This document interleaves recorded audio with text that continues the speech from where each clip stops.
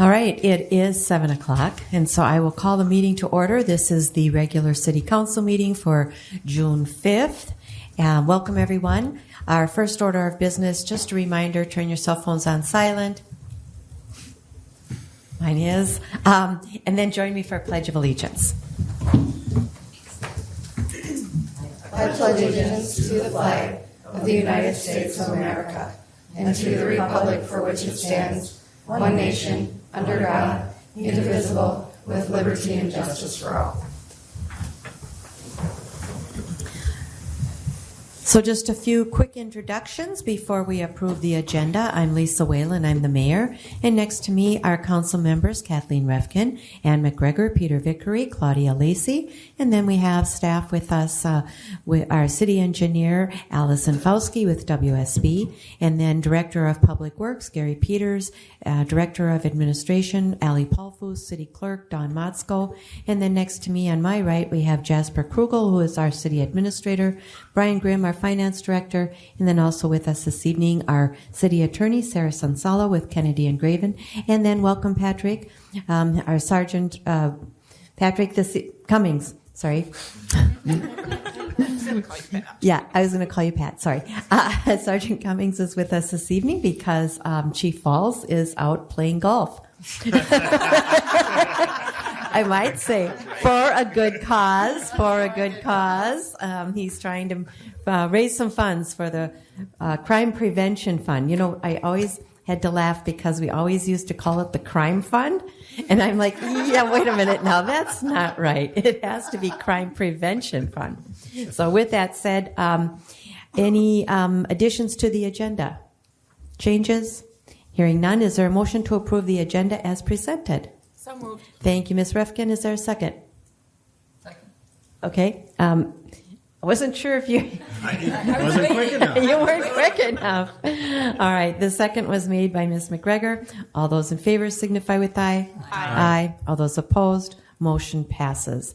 So we don't have any special presentations this evening, and no one is here, so no one signed up for persons to be heard. We'll move on to our consent agenda items. Council got an email today that I asked Jasper to read. Oh, okay. I'll pull it up on my screen here so you can kind of look at this. But it was from the Turtle Creek neighborhood, and they have some information. I think everybody received it. I didn't get it. Oh, you didn't get it? No, she wasn't in it. Oh, so Lisa's. I'll forward it to you so you Okay. can have it. So I'll read it if that's all right. And there's a couple pictures here. Hello, Minnetrista City Council members. My name is Megan Grutt, and I'm the president of the Turtle Creek HOA. The reason I'm reaching out to all of you today is because we need your help when it comes to some of the trees in our neighborhood, specifically the trees located within our Middle Islands boulevards. In early May, I met with Emily Ball, an arborist from WSB that was recommended to me by the city. Here's a brief snippet of what she had to say about our boulevard trees to Gary Peters. I met with Megan, the Turtle Creek HOA president today. All the Norway and Amur maples in the islands are in dead, poor, fair condition. They were all planted too deep. Have developed stem girdling roots, and all of them have branch dieback to some extent. Megan had several questions related to the next steps on removing and replacing the trees. She thought they were planted by the city and wasn't aware of an HOA agreement requiring them to maintain the trees. It would be worth checking the HOA agreement on this one, since 19 trees appear to be hanging on by a slim margin. I think if they didn't have irrigations, the trees would have already be dead. I told her I would follow up with you and that one of us would let her know what the next steps might be. All of us board members were definitely disappointed, although not fully shocked, by nonetheless to hear that all of our boulevard trees are not doing well. And that was before all of the curb work started in our neighborhood. When they removed sections of the curb, they broke, ripped, and damaged a lot of our tree roots in the boulevards. We're concerned that this has most likely taken away any fighting chance our trees had left. I've spoken with all the current and some past board members, I assume of the HOA, and we all thought that the city was responsible for the trees located within the boulevards, as the boulevards are city property. Gary Peters has shared that the trees are actually HOA's responsibility, although he can't find an HOA agreement on file for Turtle Creek. The city has offered to cut down any or all of the dead, dying boulevard trees when our neighborhood is ready to do so, but we really need more help than that. Given the fact that we don't have an HOA agreement and a substantial amount of damage has taken place due to the curbs being replaced, we're asking to see if the city would fully remove the 19 trees, cut them down, grind the stumps, and haul away debris, and hear their offers of what they'd replace them with. Pending approval, the board would have to present the offer from the city to all residents in Turtle Creek and get approval before moving forward. I'm just trying to figure out our options and hoping the city can work with us to make this right for all of us in Turtle Creek. Okay. So there's just kind of a picture of kind of the curb removals and what you'll see there. And There's 19 trees that they're... There's 19 of them, I believe, in the boulevards, and they have irrigation. There is no HOA agreement, which is not uncommon in that time frame, I guess. Yeah, I don't think we did. But there's irrigation that the HOA pays for that waters these trees. So if that's, I don't know. Can we replace them? My thought on having Jasper read this is that we could put it on an agenda for the next meeting, and then we could talk about it and vote it and give the residents a chance to come and plead their case, so to speak, Yeah, since we do not own the trees.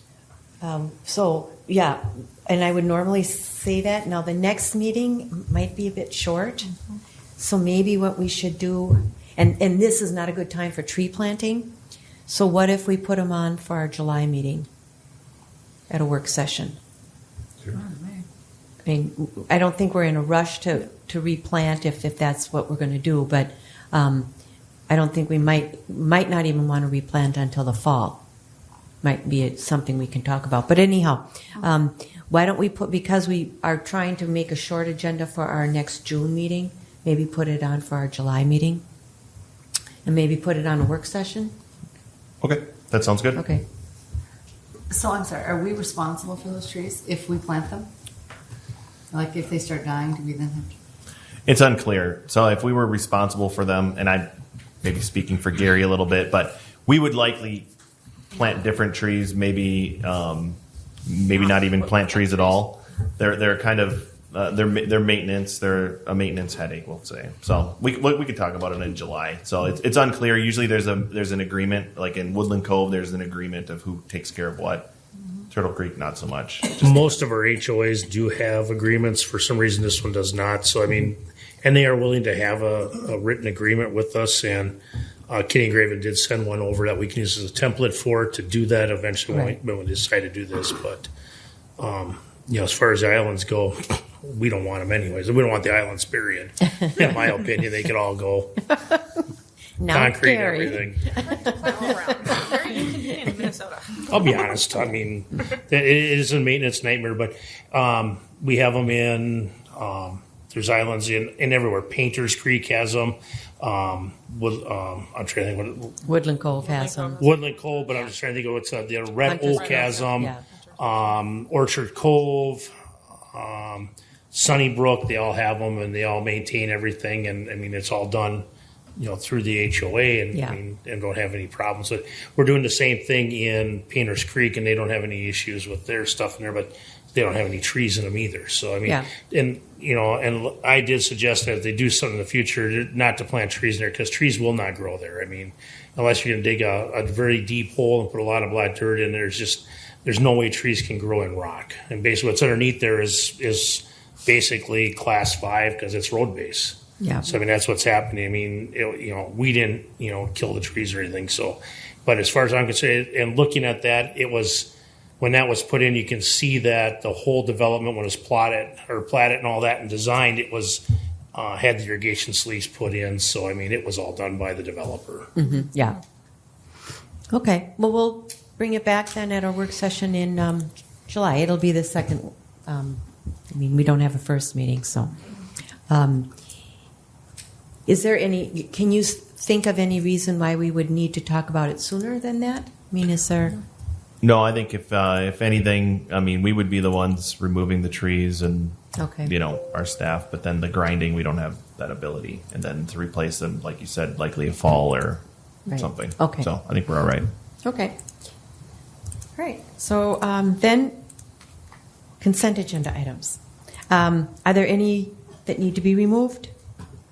If not, then we're going to be approving the work session meeting minutes from May 15th, 2023, approving the City Council regular meeting minutes from May 15th, 2023, approve claims. D is a resolution to approve a side yard setback variance at 6705 Halsted Avenue. And E is a 2021 MSA improvement project. Glad we're closing this one out now. Finally, it's to approve change order number 2, and then number 2E2 is a resolution to accept the improvements and authorize the final payment. And F is approve a non-union step increases per the compensation plan. G is approve a summary from City Administrator Performance Review. And then G would be approve the summary. H is approve the memorandum of understanding for Juneteenth holiday for the labor unions and update to the personnel policy. And I is approve a replacement of the equipment trailer for Public Works. And J is approve replacement purchase of a vehicle for Public Works as well. So A through J.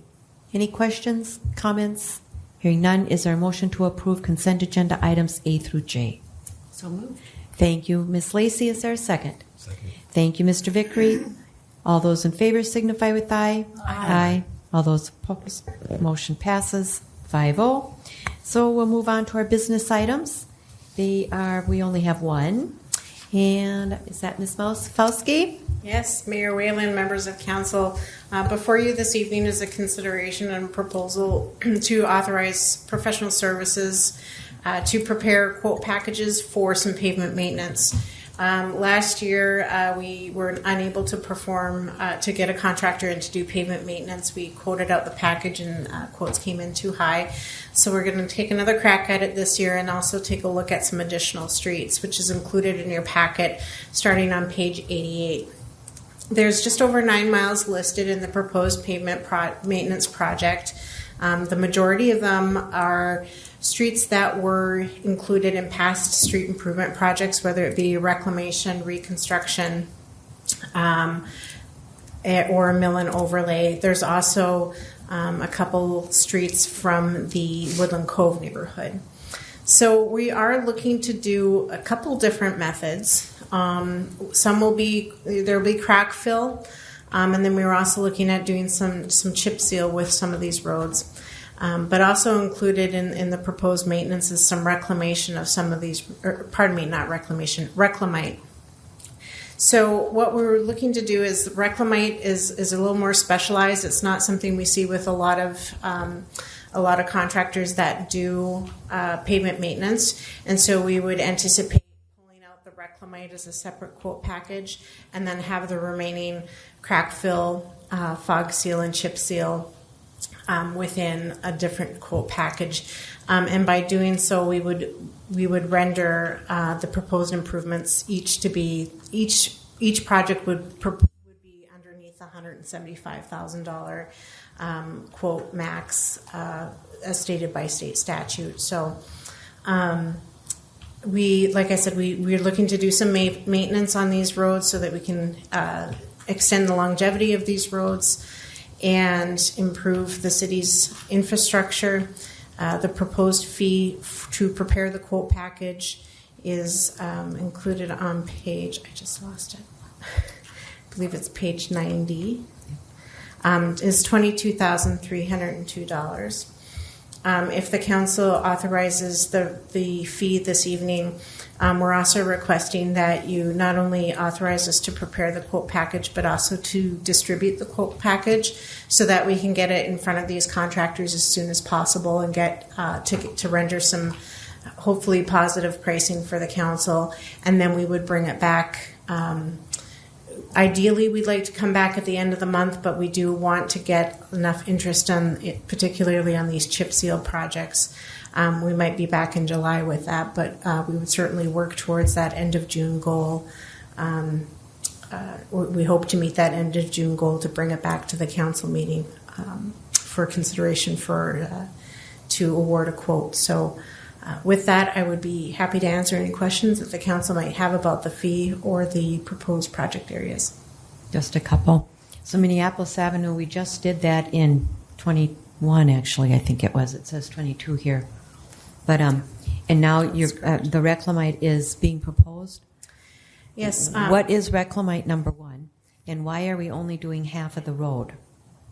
Because it says from County Road 19 to Crest Ridge, which is about, give or take a little bit, about almost half of Minneapolis Avenue. Why aren't we doing the whole thing? Okay, so enough questions? I'll be quiet now. That's okay.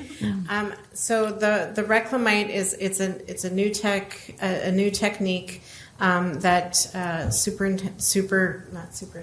Public Works Director Peters and I have been talking to some of the pavement specialists about.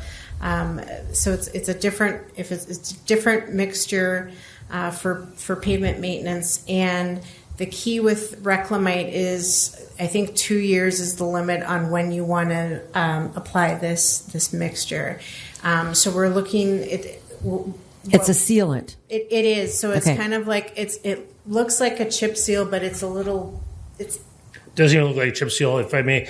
It's more of like putting a finish on wood. Yeah, So that's what I'm it's saying. a clear type coat finish that they put down, and it absorbs into the blacktop. They do put a little bit of sand over the top of it to keep it from it, because it is a slightly slippery surface as they're putting it down, but it will soak in and disappear. We did do Shane here as a test run, and it's really held up wonderfully. I mean, it's supposed, but you need to, if you're going to start this, you need to do it every 5 years after this. So I mean, they recommend the first, before all the oil starts to come out of it, they want to keep that in there so it helps absorb it, and then you do it every 5 years afterwards. So it's a program. They've used it down south a lot, so I'm kind of bringing it up here now, and it's had good results. So again, then the second part of my question, why are we only doing half of Minneapolis Avenue?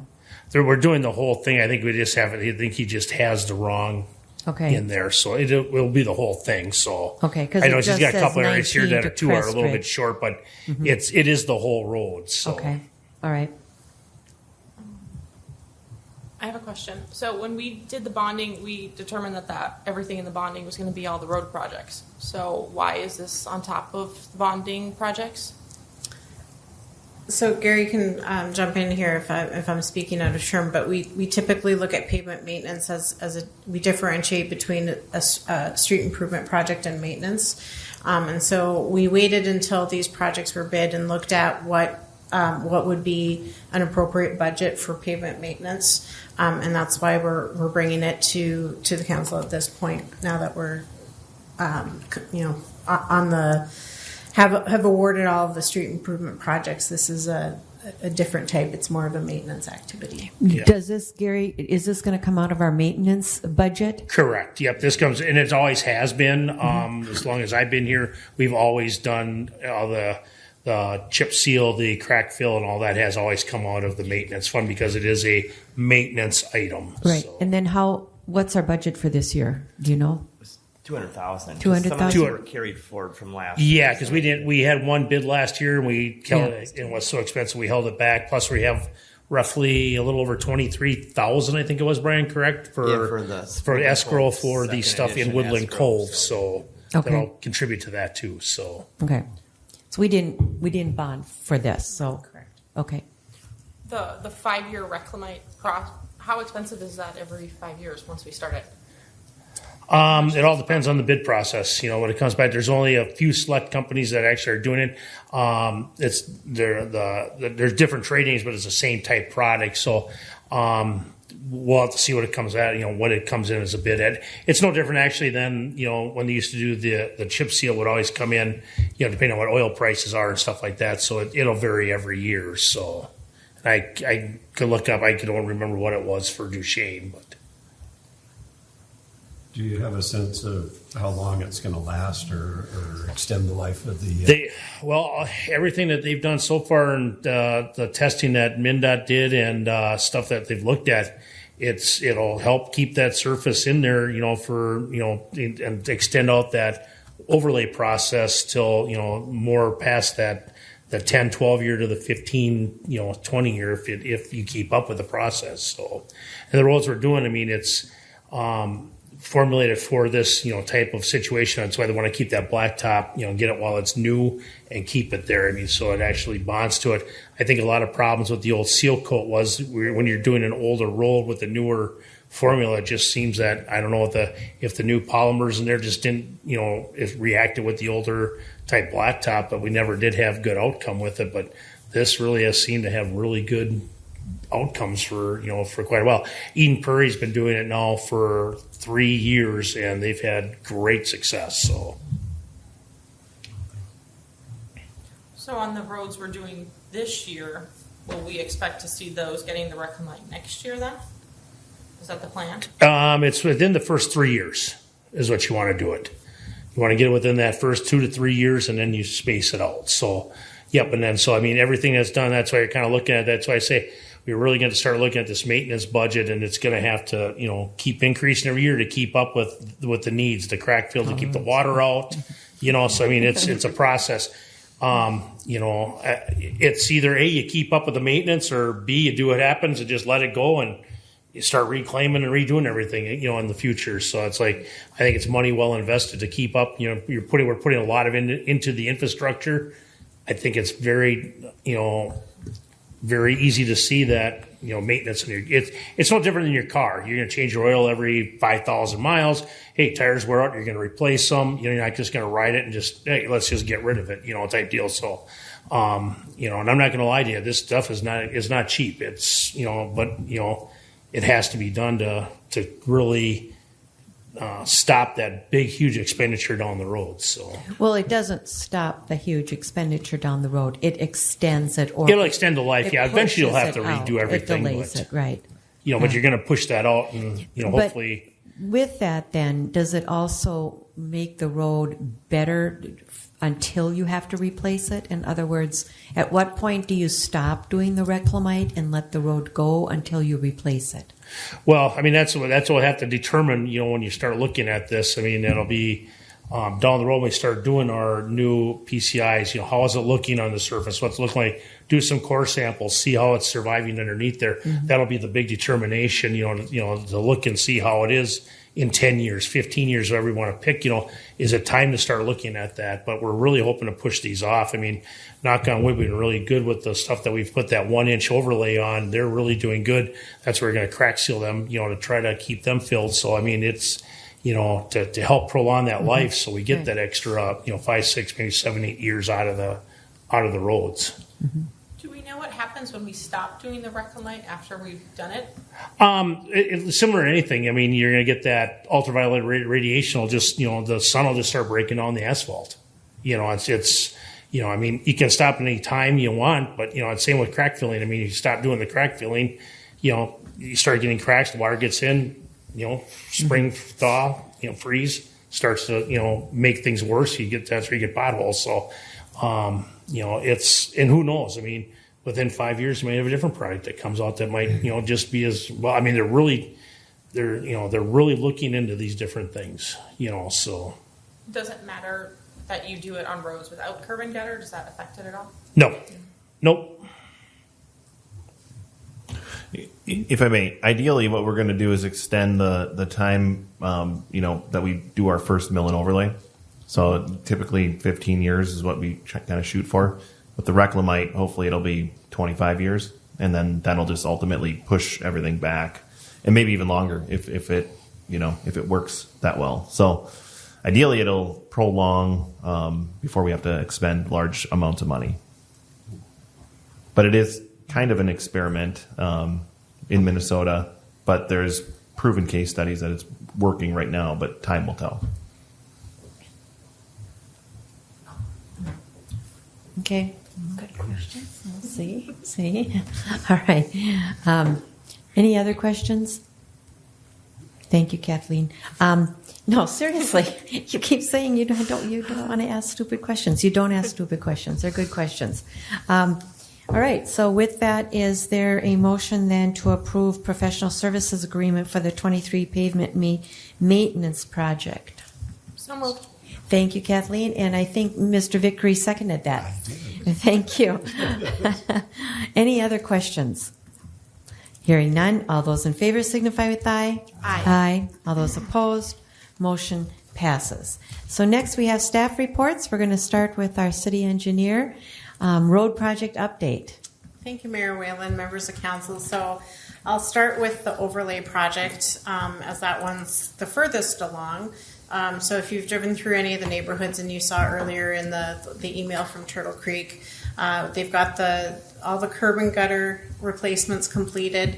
The contractor was in to repair the irrigation systems that were damaged with the project, along with any pet fencing, and then restoring those areas. And so we anticipate in a couple weeks here is when they'll start doing the pavement portion, and then getting that project complete. The reclamation project over on North Arm, we had the pre-construction meeting last week with the contractor. They anticipate starting, I think they were looking at middle to late June, with the getting things geared up, getting some of the removals out there. They want to go and reclaim the roadway and then do the storm sewer work. They feel that there's enough. They want to get that storm work done, and it's a small amount, so that they'll be able to go in and get that done while the road's under reclaim, and then quickly pave that and get that all buttoned up.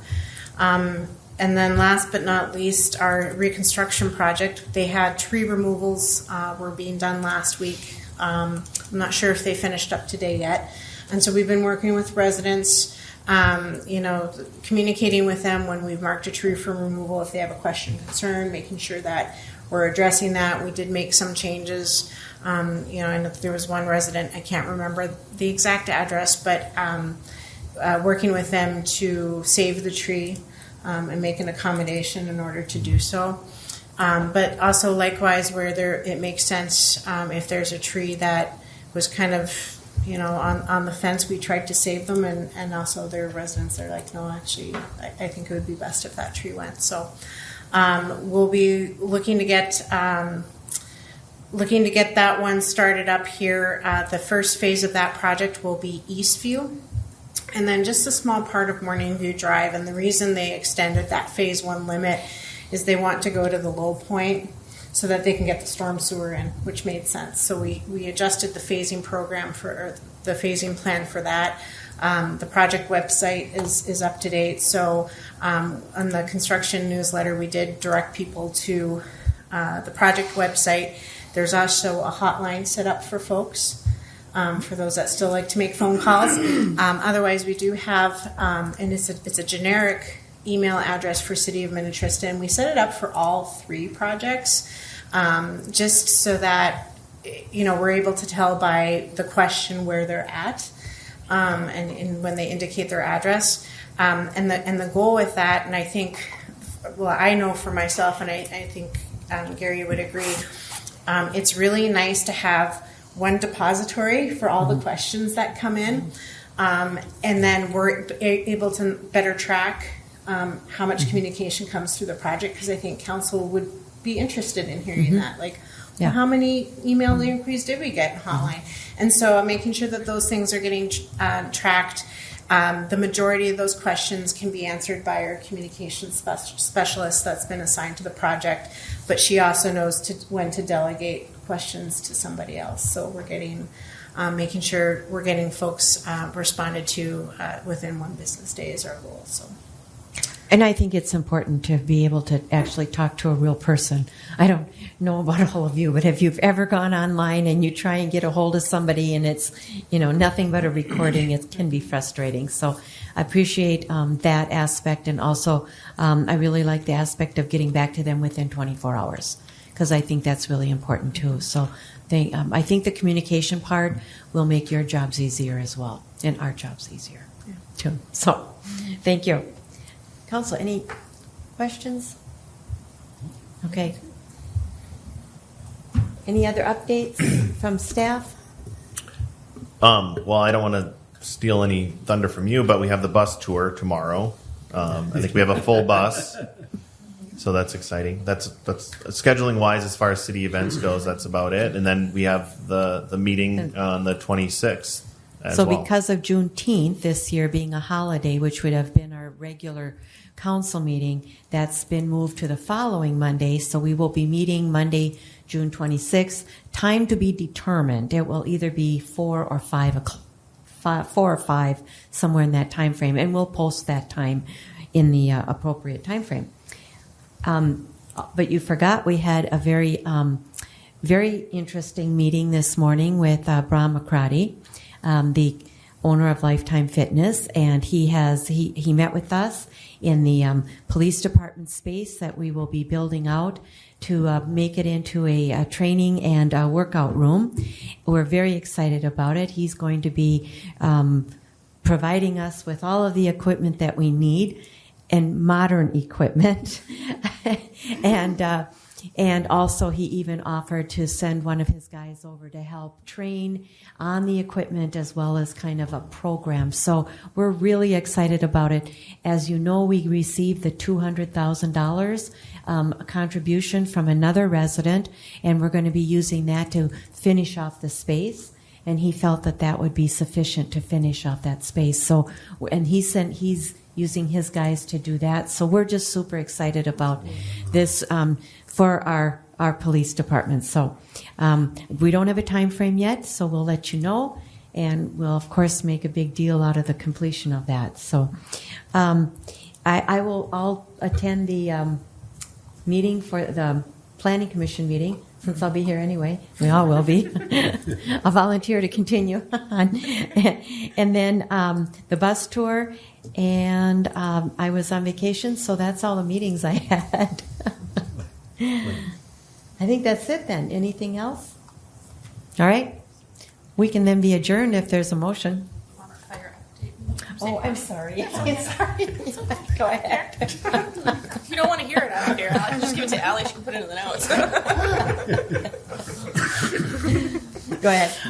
Jasper and I attended the May 18th St. Bonnie Fire Commission meeting.